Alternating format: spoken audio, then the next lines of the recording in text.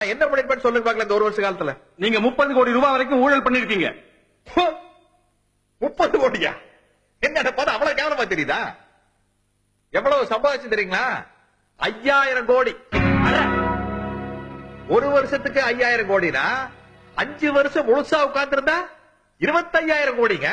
இது எனக்கும் கிடைச்சது, எனக்கு முன்னாடி இருந்தவங்களுக்கும் கிடைச்சிருக்கு, எனக்கு அப்புறம் வரப்போறவங்களுக்கும் கிடைக்கும். புதிய நதிநீர் திட்டம் அப்படின்னு அறிவிச்சுட்டு டேமே கட்டாம விட்ட பாருங்க, அதுல சொலைய 1000 கோடி வந்துருச்சுங்க. அப்புறம் இந்த பஸ் டிக்கெட் உயர்த்தனவன் அதுல 100 கோடி.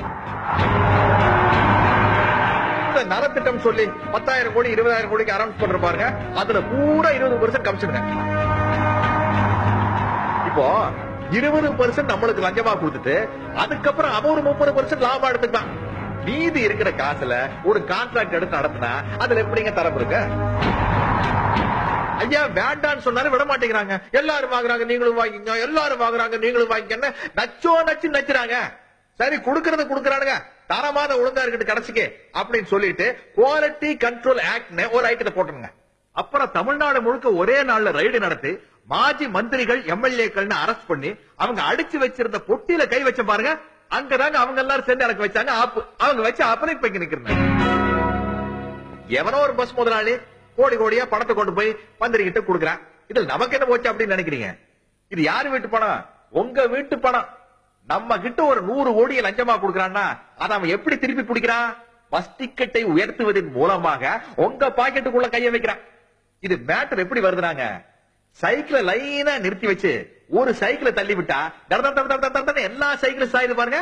அது மாதிரி அதுல கடைசி சைக்கிள் தான் மக்களாகிய நீங்கள். அதிகமா நசுங்கிறது நீங்க தான். தெரியாத கேக்குறேன், பஸ்ல யாரோ ஒருத்தன் ஒரு 5 ரூபாய 10 ரூபாய பிக் பாக்கெட் அடிச்சான்னு வச்சுங்களேன், அவரை கொண்டு போய் போலீஸ் ஸ்டேஷன்ல வச்சு போலீஸ்காரங்க எல்லாம் சாத்துன்னு சாத்துறாங்க. போலீஸ்காரங்க சாத்துறா பரவாயில்லைங்க, பொதுமக்களாகிய நீங்களே அவனை போட்டு மிதின்னு மிதிக்கிறீங்கல்ல. 5 ரூபாயும் 10 ரூபாயும் திருடின அந்த சின்ன திருடனே அந்த மிதிக்கிறவங்க எங்களை மாதிரி பெரிய திருடங்களை என்ன மிதிக்கணும்? ஐயா சாமி மிதிக்கலன்னா பரவாயில்ல, தலைவன் புண்ணாக்கு தெரு புழுதி புடலங்காண்டு தலைவை தூக்கி வச்சுட்டு ஆடுறீங்களே. சரி பாவ நீங்க என்ன பண்ணுவீங்க?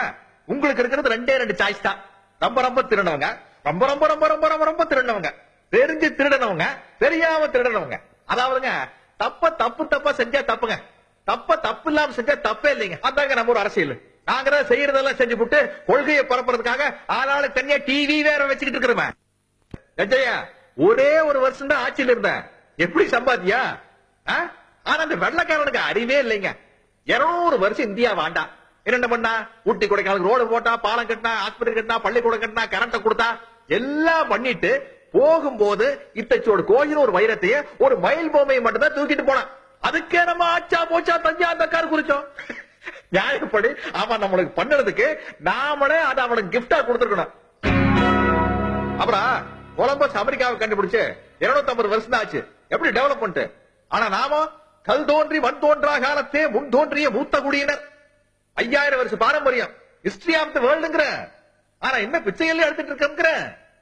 இதுக்கு நாங்க மட்டும் காரணம் இல்ல, முழு முதல் காரணமே மக்களாகிய நீங்க.